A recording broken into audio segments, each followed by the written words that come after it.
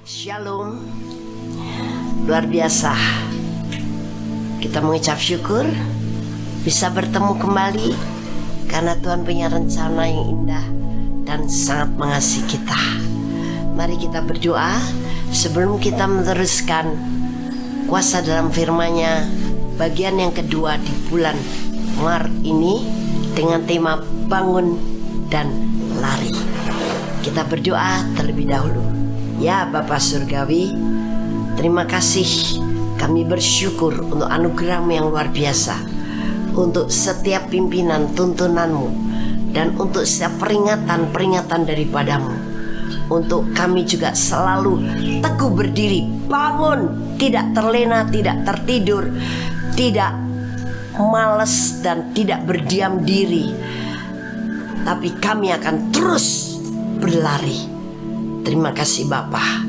Kami ucap syukur untuk firman yang Engkau bagikan pada kami, menjadi kunci kami untuk tetap bisa berdiri teguh, bahkan berlari di tengah situasi kondisi dunia seperti apapun. Haleluya. Dalam nama Tuhan Yesus kami berdoa. Amin. Oke. Minggu yang lalu, hal pertama yang harus kita perhatikan adalah bahwa ketika situasi kondisi yang kita lihat, kita dengar, kita alami akhirnya tidak sebagus yang kita duga, kemudian kita akhirnya menjadi kecewa, pasif, dingin, kemudian kita hanya diam saja. Kita sudah terlanjur malas lagi untuk tetap mengikuti cara-cara kerajaan Allah dalam mengatasi masalah kehidupan ini. Hati kita sudah dingin dan pasif. Kita tidak lagi berdiri dengan teguh, apalagi berlari. Nah, minggu lalu jawabannya adalah jangan keraskan hatimu untuk kembali melekat kepada Tuhan, percaya penuh kepada firman dan pimpinan Roh Kudus-Nya. Dan yang kedua ini adalah masih dalam tema bangun dan lari, dari Matius pasal 12 ayat 36 sampai dengan 37. Tetapi aku berkata kepadamu, setiap kata sia-sia yang diucapkan orang harus dipertanggungjawabkan pada hari penghakiman. Karena menurut ucapanmu engkau akan dibenarkan, dan menurut ucapanmu pula engkau akan dihukum. Nah, jadi yang kedua adalah perhatikan nuansa ucapan perkataanmu dari mulut lidah bibirmu. Apakah kemudian engkau mulai berkata-kata yang negatif? Percuma, soalnya begini. Ini susah. Aku sudah tidak mampu. Ini tidak mungkin teratasi.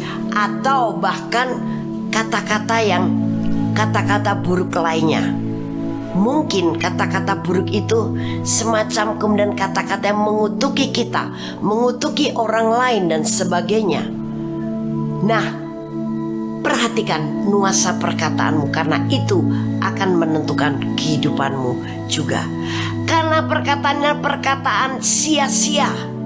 Dan dalam kitab Yakobus, bahwa hidup kita itu juga dikendalikan oleh lidah kita. Artinya lidah ini mengucapkan hal apa? Kalau engkau mengucapkan hal yang negatif, hal kekalahan, hal-hal yang kurang baik, itu perkataan sia-sia yang akan menghancurkan hidupmu, yang akan membuat engkau akan mengalami kehidupan yang kurang baik terus-menerus.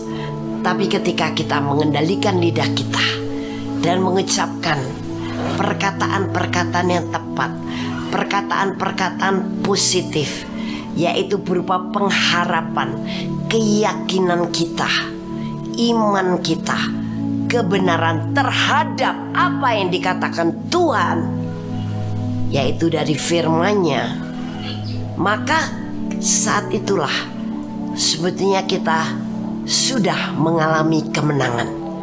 Kita akan melaju di jalan kebenaran untuk masuk dalam tanah perjanjian yang berlimpah susu dan madu. Jangan seperti orang Israel. Tiap hari badan mereka melihat betapa luar biasanya Tuhan menyertai mereka dalam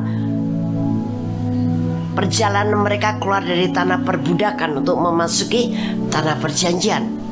Tapi mulut mereka nuansanya selalu negatif, keluhan, hujatan, bahkan keputusasaan. Sehingga mereka terus menghadapi begitu banyak kesulitan, yang harusnya kesulitan itu hanya bisa dialami oleh mereka dalam kondisi 11 hari. Karena perjalanan keluar dari tanah Mesir menuju tanah perjanjian yang diberikan oleh Tuhan untuk mereka bisa ditempuh jalan kaki dengan 11 hari. Tapi mereka sampai berlarut-larut sampai 40 tahun. Sampai dari generasi pertama, kedua, ketiga. Yang pertama, kedua lenyap, tinggal generasi berikutnya baru bisa masuk tanah perjanjian. Itu pun sampai Allah harus menggantikan tongkat kepemimpinan dari Musa kepada Yosua. Karena apa?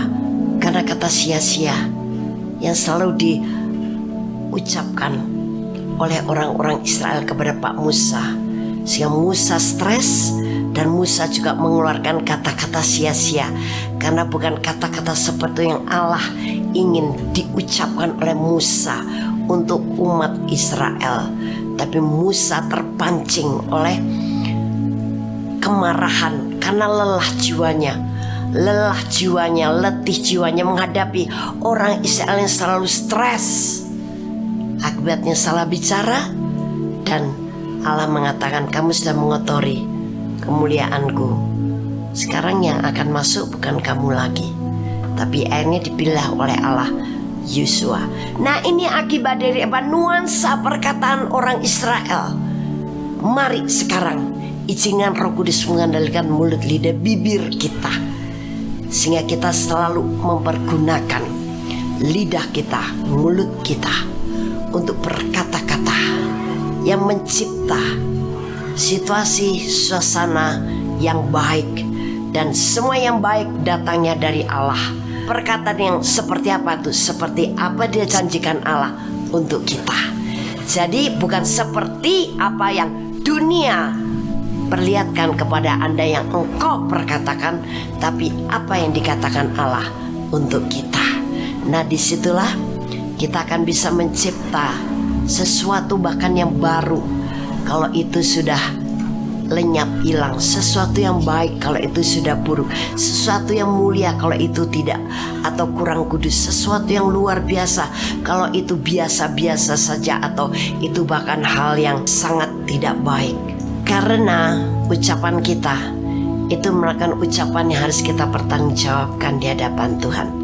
Jadi hal yang kedua, untuk kita bisa bangun dan kemudian lari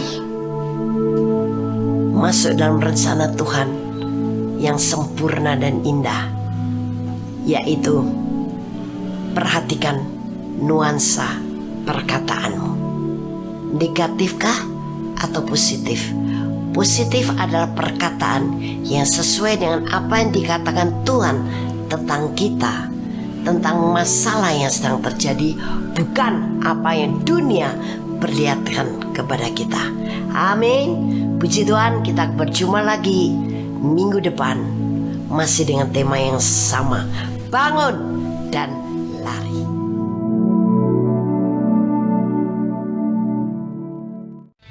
Shalom. Terima kasih Anda telah menyaksikan seri kebenaran firman Tuhan yang akan selalu kami unggah setiap minggunya di channel Hope SCC TV. Saya percaya setiap kebenaran firman Tuhan ini akan membangun dan akan memberkati saudara. Itu sebabnya jangan lupa untuk like dan subscribe supaya Anda tidak ketinggalan untuk seri selanjutnya. Terima kasih dan Tuhan Yesus